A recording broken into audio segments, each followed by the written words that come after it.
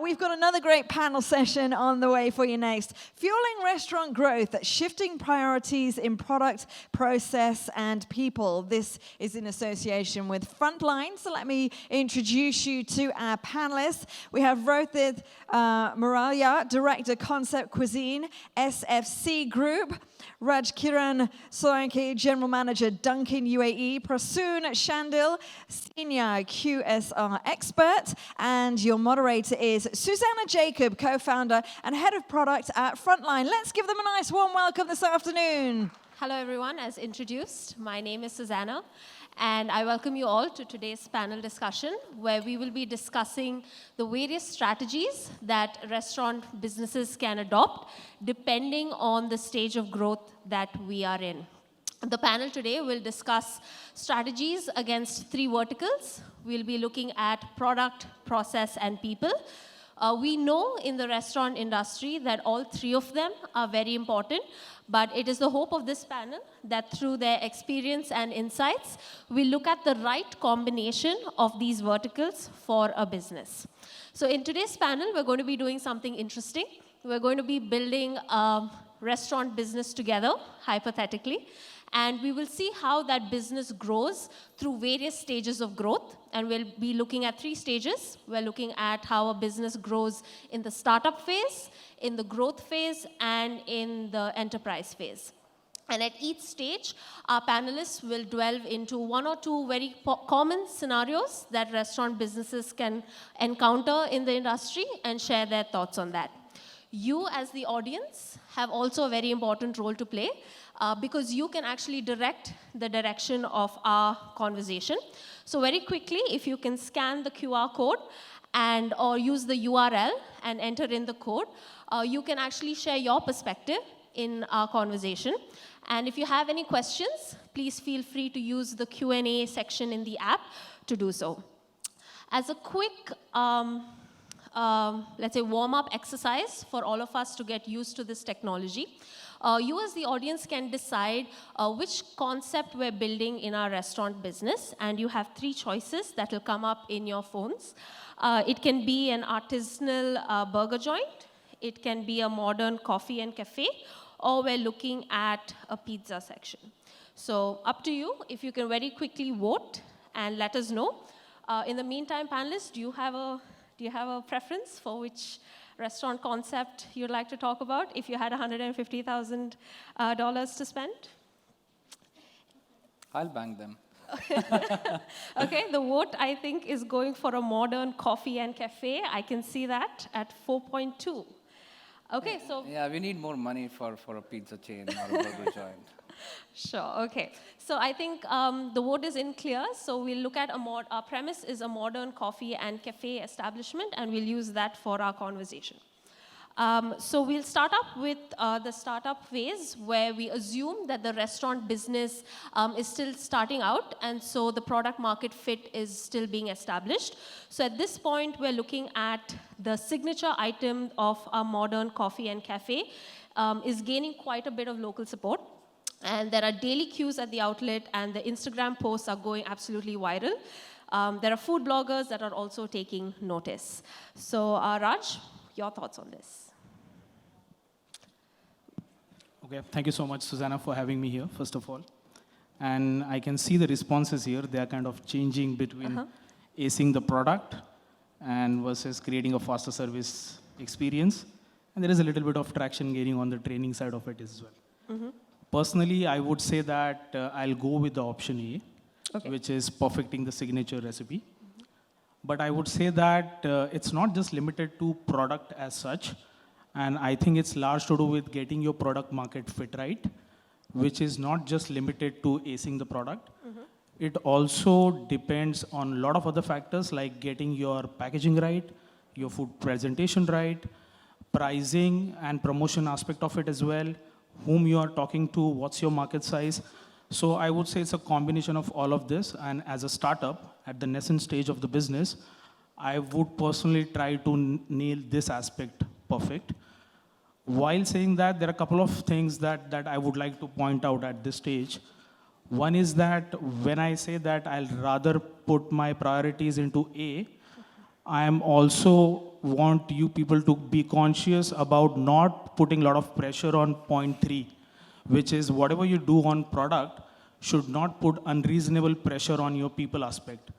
Because what I have seen in my experience, at least I would say, that we as a founder or as a marketeer will find hundreds of ways to sell the product, but if your people are not on board with that particular product or the steps involved, they'll find thousands ways to kill them. So I would rather be conscious to not put unreasonable pressure on the people aspect of it. Second, as a startup, I would say that I'm a big fan of Amazon's fail fast theory. So you need to be really close to the scene, learn from your mistakes and fail fast. You can afford to make mistakes at this stage rather than being persistent with what you believe is the right thing. That's probably second. And the last one I would say is that less is more at this stage. Because I have seen when I speak to a lot of my chef friends who are creating these new concepts, there is a tendency of over-innovating at times. There are certain things which are in the market that they want to ride the wave. And I would personally say that, stay away from it initially. Less is more at this stage. Believe in what you have built. And there are examples, like there is one very nice coffee shop in DIFC that I came across. They have only 5 menu items, and they do amazing business. So I would say less is more is key here. Fail fast, and of course, don't put unreasonable pressure on people aspect of it. Cool. Rohit? I completely agree with Raj. Definitely getting the product right is key, and especially since we are talking about a context of a bakery or a cafe, it's more chemistry. That's how my wife would like to explain it. She's into the baking section. And even if there's a small single step that's wrong in the entire process, then your final end product can suffer, and that will impact your reputation much faster. So definitely making sure and fine-tuning the recipe and making sure it's consistently delivered is primary. But again, the second step is to make sure there's a system in place, so that when you're on your day off or your chef is on the day off, that consistency still goes across. That everyone has a proper system in which they know their responsibilities, they know what to look out for, and then keep developing it and improving the product so that the customers never have a negative experience. That's something to also keep in mind. Sure. And then I think, Prasun, there's not a clear winner in terms of the options from the audience. So your perspective on what you're seeing there. First of all, I think audience is pretty smart because there is no right answer. They're all three super important. And again, I would agree. I mean, as Raj says, you've got to get the right product. You've got to get the team right. But now that you've done the two, I think you've got to work on that one word that is the industry that you work in, which is also the F in the first FFCC, is the fast. So you got to work on that service times. I mean, specifically, and like what Raj said in terms of the packaging as well.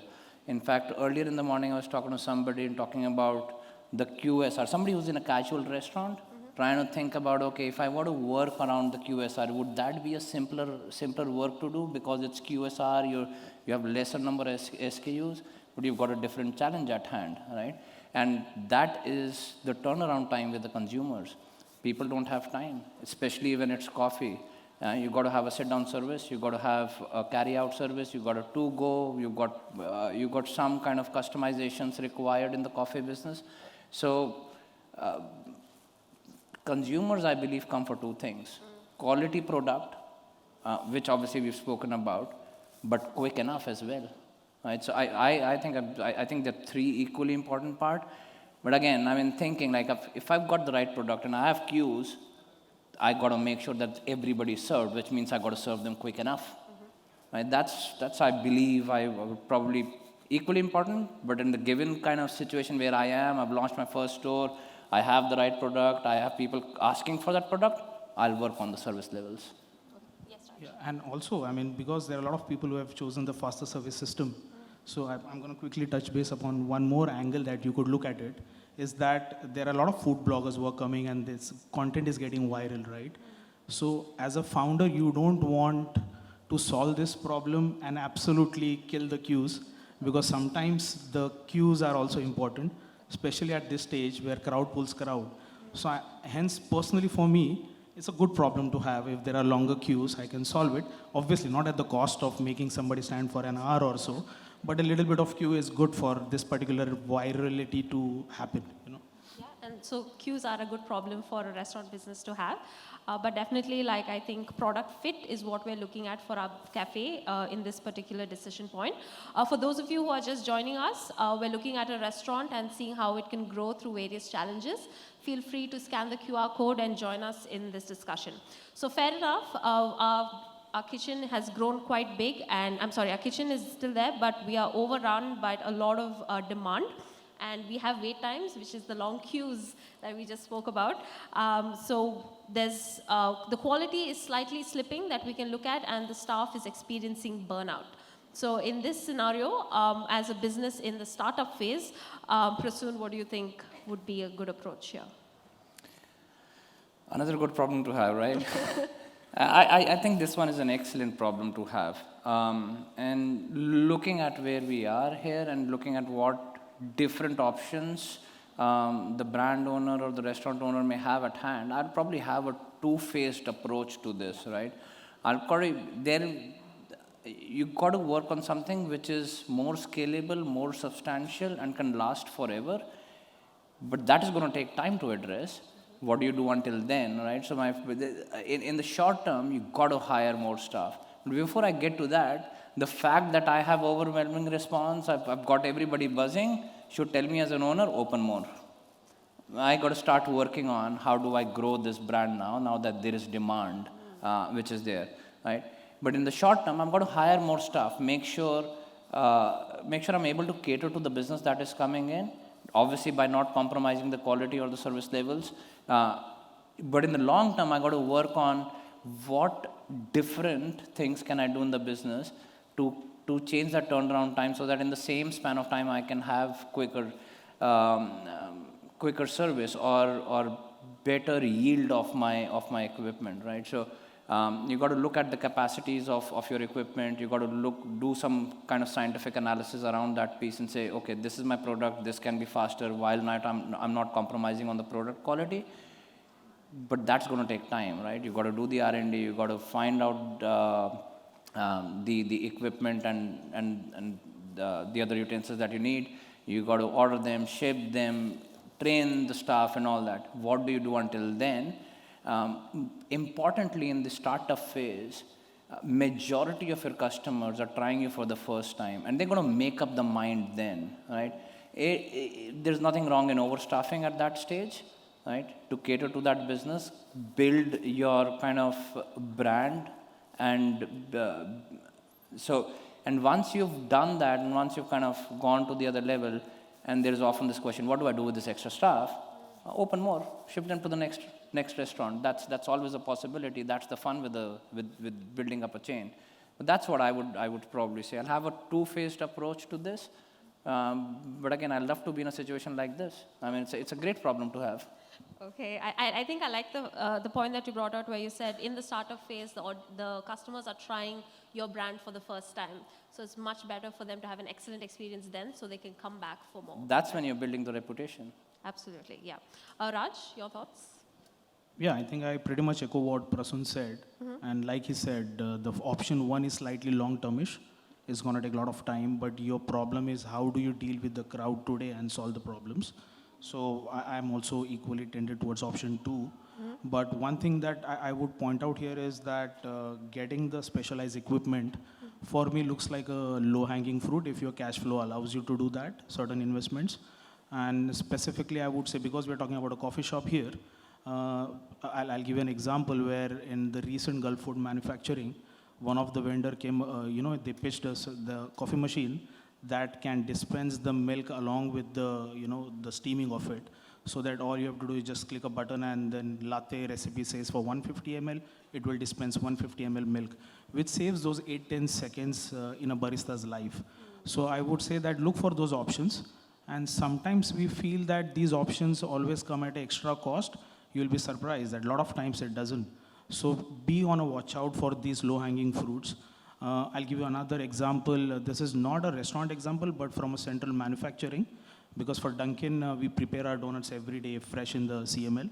And there, one of the crew member actually gave this brilliant idea where initially our donuts used always were hand dipped personally. So let's say a chocolate donut, you order, the crew handles 2 donuts at a time, manually dips them in a chocolate icing and puts it on the assembly. What he came up with the idea is that we created a sort of board that holds donuts in place, and at one go they can finish now 70 chocolate frosted donuts, and that did not cost us anything. So I would say that at this particular stage, be mindful of these low-hanging fruits. Look for these equipments that can solve your longer queues problem. Okay. So low-hanging fruits might actually not come at a cost to the company. They might, if generated internally, can be handled quite well. Yes. Rohit, your thoughts on this? I think Raj had a very good point. The more minds try to attack a task and try to attack a problem, you come up with a lot of creative solutions. And that is very much true. You have to make sure at this stage that you have to cater to the demand. You have to get more people on board to make sure that you need a little bit of versatility, and you need to make sure that on days off, on when someone's sick, you still have the bench strength and you still have them properly trained so that the customer experience is never affected. Definitely there is a lot of technology improvements that is there outside, but that requires a lot more in-depth research to see if that will align with your product and will actually help in giving results. As Raj mentioned, there might be a lot of low-hanging fruits that you need to target first before you look at more expensive capex-driven approaches of investment, because your cash flow is very important at the beginning stages. So just take that into consideration. So I think in the startup phase, the panel unanimously agrees that there's a two-pronged approach for this. Immediately hire more staff to cater to your queues, and for a long-term approach, figure out standardization of processes and maybe invest in standardized equipment, which may or may not be a capex burden. So we're moving on to our growth phase. So this year we assume that our restaurant has a good product market fit, and now the focus is on expansion. How do we grow to more locations? How should we offer more product offerings? And so in this one, we've ensured that the single store is very profitable, and now customers are coming up and asking about other locations, which was what I think organically we kind of went towards that point as well in our discussion. So Rohit, what do you think we can do in this? Off the bat, I think everyone's saying open company-owned stores to maintain control, while we also have an option to start franchising or building central kitchens. It's great. I thought that wouldn't be the first choice. Okay. Personally, I think a lot of people are swayed by the concept of franchising and the ability to expand quite rapidly. Personally, I think when you're trying to build a brand, especially at this stage, your first location has become successful. You have to ensure quality, and you have to ensure brand standards and customer experience is always protected. So that is always first, and I think that only the entrepreneur or the people behind the initial concept can actually fuel the passion that's required to ensure you deliver on the customer experience and the product quality every single time, right? So that always is the first approach. While I do agree with that, I do have a subset strategy which can be applicable to certain sectors of the industry, particularly for the option 3, which is having a central kitchen. For a bakery or a cafe that you're looking at launching, sometimes the most skilled resource is better to spread across multiple units. And a lot of people who have cafes and who have bakeries, they've looked at converting their first unit, if it has a big enough kitchen, into the central production so that the quality and consistency can be maintained while the expansion process, so that you don't split the egg across too many different baskets, and leave room for any mishaps with the product. Okay, right? So you're still batting for the fact that we open company-owned stores at this point? I think until you get to a 10, 15, 20 stores, I think that should be your first priority. Sure. And then you can always explore other opportunities that come. Of course. Yeah, Raj? While I agree with most of the stuff that Rohit said, and there are very few people who have opted for sub-franchising, I would like to give a perspective on that as well. That it's not necessarily a completely alien thing to do. Sometimes it might work.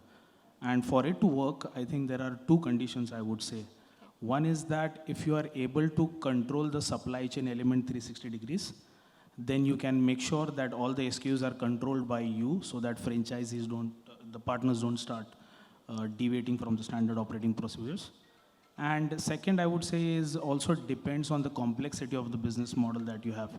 So let's say operating a pizza model would have certain complexities that not necessarily true for an ice cream brand. So if there is an option to go for franchising, I would keep in mind that if supply chain can be controlled and if it's a less complex model, then you can expand at a very different growth rate. And I think there are a couple of brands, coffee brands, especially coming out of China, I can say, that they have nailed this aspect and they have opened like upwards of 6,000 stores in last 2 years. And this kind of rapid growth expansion may not be possible in a company-owned, company-operated model. So yes, I agree that consistency will be maintained in a company-owned, company-operated model. One also needs to be mindful that if your model allows you to control the entire supply chain, there's no harm in exploring that option. Okay, so I think the alignment that both you and Rohit have is what is the limit of control that you can exercise over your businesses to make a call between company-owned and franchising. Okay, great. I think great insights. The next one we're looking at is the fact that the store is now so I think we did that one. Let's quickly move to this, yeah.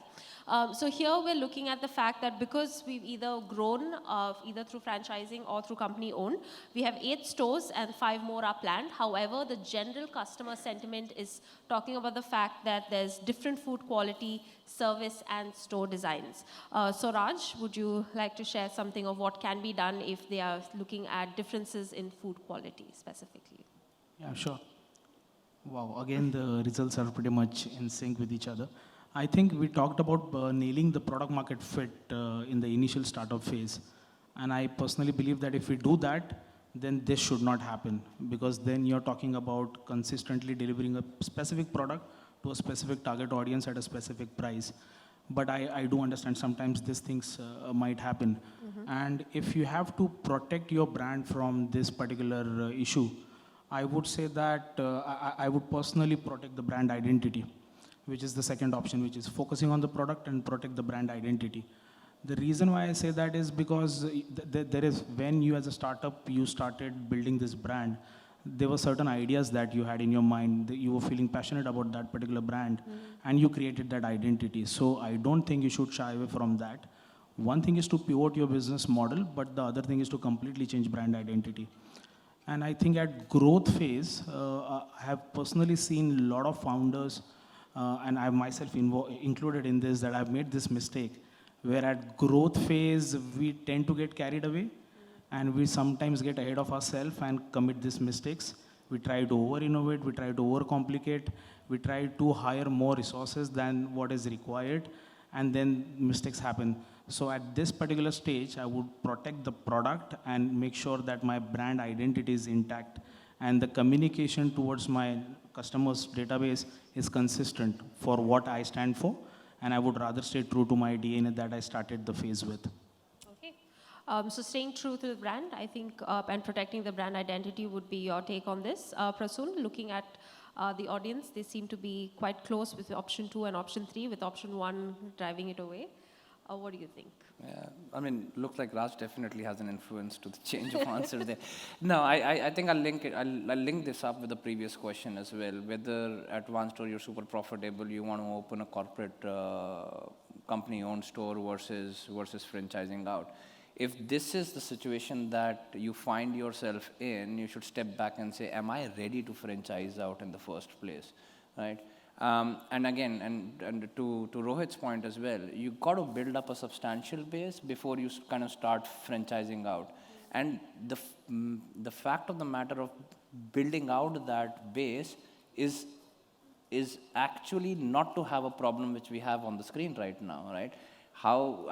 At 4 or 5 or 8 different locations, consistency is the key, right? That's the key word here. Yeah, coffee business, fast food business, burger business, pizza business, it's not rocket science. It is just a repetition. It is just a discipline of doing the same thing over and over and over again, right? And that builds the consistency. And that builds the reputation, right? I mean, I've seen brands where, and I've seen customers saying that the brand is not good. I've heard that statement from a customer saying they are consistently crap, but they're still consistent, right? The customers know exactly what to expect. And there may be a market, right? Because it's a value equation, right? Your product may not be the best, but price is also low. So I'm just putting that into perspective, that word of consistency there. And that's what I would believe. And how do I do that is, one, make sure I have the corporate tone. But and for that, do I have the right team structure? If I'm at 8 or 10 stores, how do I build that organization structure to cater to that consistency so that I don't have that problem? How do I build my customer experience to Raj, what he says? What, as a brand, do I want to hear from my customers that this brand stands for XYZ? That's a part of the customer experience and the standards that we've been talking about. Once you build that is when you can talk. Franchising is an entirely different animal, right? So to not have this problem is where I would, at this stage, invest on what my structure looks like, what my support looks like, right? And more so thinking, and as brand owners or business owners, take a step back saying, every startup usually, what I've seen, is a person-driven organization. It's built by one person, they've put some processes, that person knows everything, you onboard a couple of guys, and there is a core team of 2-3 people, and they know everything. It's still a person-driven organization, right? Now is the stage where you've got to start moving from a person-driven organization to a process-driven organization, where you've laid down a process which is, in our terms, you'd probably call it as idiot-proof, right? Every single step is kind of laid down, and you make it a process-driven organization. And in hindsight, what you're trying to do is mitigate the chances of errors that a human may do. That's what data does. That's what machinery does. That's what a lot of different processes do. That's where I would probably spend most of my time in. Sure. Okay. So I think that sums it up quite well for the growth phase. Are you ready to grow? And if you are, do you have the processes to take you to the next level? Which brings us to the last question. And with an eye on the watch, I'm going to ask each of you to maybe summarize this along with your closing comments in under a minute, where we're looking at, we're in the enterprise phase, we have 50 locations, and we're looking at new growth strategies. What is it that a cafe business can do to kind of get and establish themselves in the market? For this one, I think, Rohit, we'll quickly start with you. I mean, for this question, we were having an actual debate on different kind of answers. We actually had different points of view also. Personally, I feel that focus on your supply chain is always key. Make sure that the product is consistent, the product is always available, that when you're looking at scaling, if you're 50 plus stores, any kind of disruption to your supply chain, any kind of cost variances to your supply chain can have a drastic effect on your P&L, and that's something to be always careful on.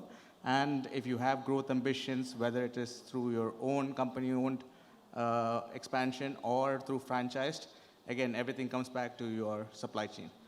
So I always feel that that's the first thing that you have to focus on. And then definitely when you have certain kind of customer profile and you have a certain infrastructure in place and you see that there are non-lean periods or lean periods when you have no business or anything, that might be the only opportunity to have a structured plan to roll out, because right now what I feel is a lot of people are going into cloud kitchens and dark kitchens and all of that in the ability to grab more revenue. But then again, if the supply chain is not right, if the product consistency is not there, you cannot build a sustainable growth model.